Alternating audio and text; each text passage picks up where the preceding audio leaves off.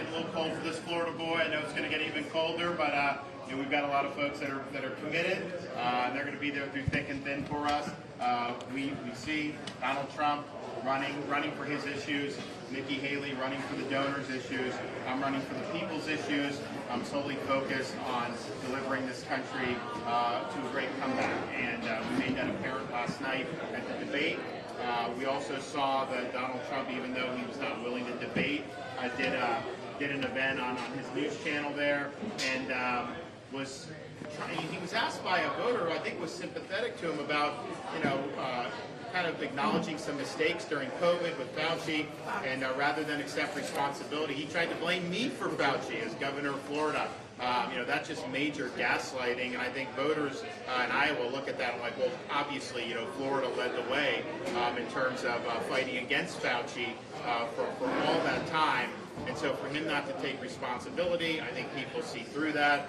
He elevated Fauci, he kept him in, and gave him an award on his last day in office. And they were actually running commercials during Trump's re-election campaign, bragging that Trump just did what Fauci said. That's October of 2020 that they were doing that. So that's just the history, the fact that he's trying to rewrite it, and with no pushback.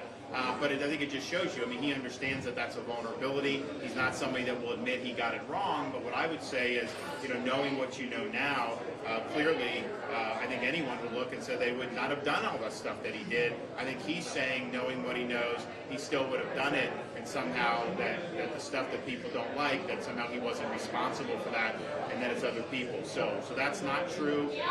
He will not get on a debate stage and say that, because he knows that would not go well for him. I think that was a big error for him. I know maybe some of his folks don't care, but I think a lot of people here do care, because they know he hasn't learned his lesson and he knows he's not telling the truth. Governor, hi from Florida. Yes. Why is it so important for you to visit small towns like this?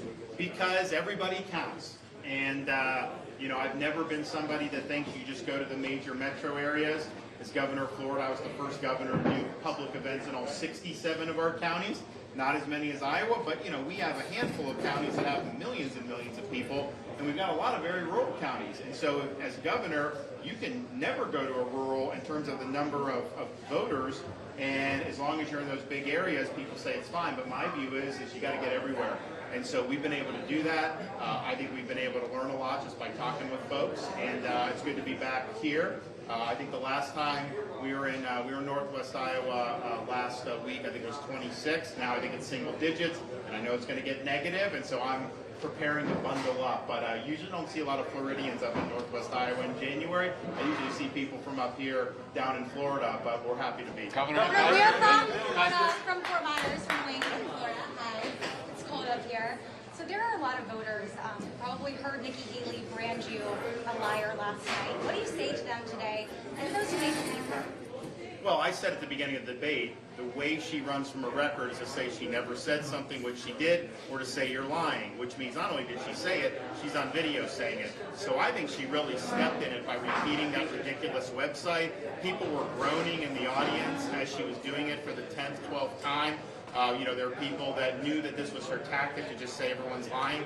And I know some people were doing drinking games. There's a lot of people that woke up hungover this morning as a result of that. So I think it was like a Hillary Clinton type performance. I think people don't buy it, especially when she's on video saying this. She proposed to raise the gas tax. That's on video. She said Hillary was an inspiration for running for office.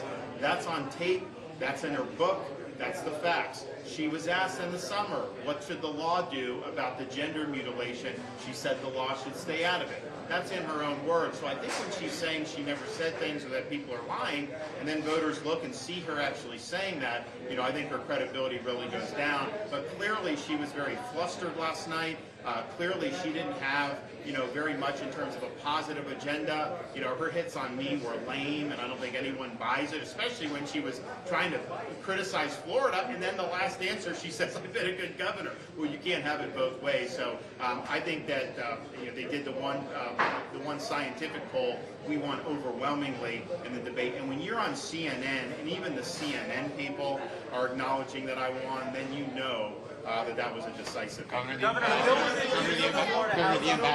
The ambassador also attacked you for some of the disorganization behind the scenes of your campaign. Well, here's I think it's interesting because I run the 3rd largest state in the country. We'd be the 14th largest economy in the world. We run massive budget surpluses. We have the leanest government in America.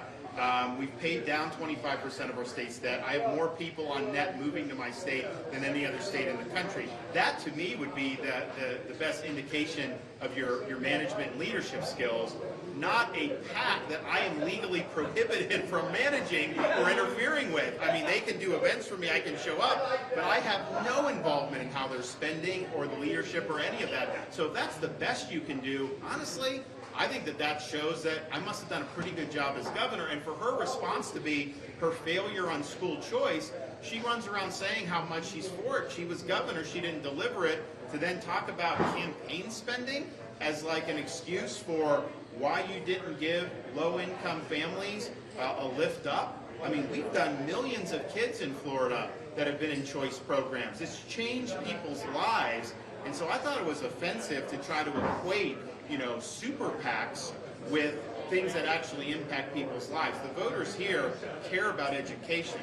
They don't care about the minutia of all the political back and forth. On top of the weather, you may impact in terms of the actual turnout. Do you see a situation where lower turnout actually will help you come caucus day in terms of attendance?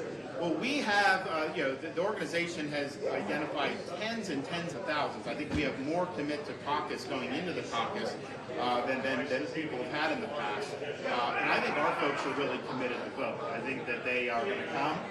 I think that that's just the nature of it. I think they tend to be high propensity voters. They're used to cold weather. It's not pleasant when it gets that low, but I think this is something that they've had on their calendar for a long time. I think it may affect turnout from some more casual voters, maybe some people who don't always caucus, haven't even decided whether they will. Well, if you're not fully committed to caucus and you wake up and it's negative 15 degrees, you can see, especially if you're more of a casual voter who's, like polling for Trump now, he's saying that he's got all the votes he needs. He doesn't need your vote. And so, I can see some of those folks maybe deciding, that they don't necessarily need. We're telling everyone we appreciate your commitment. We're obviously adding more people. We just flipped a couple of Trump people here today, so we're going to continue to do that. But our message is your vote counts.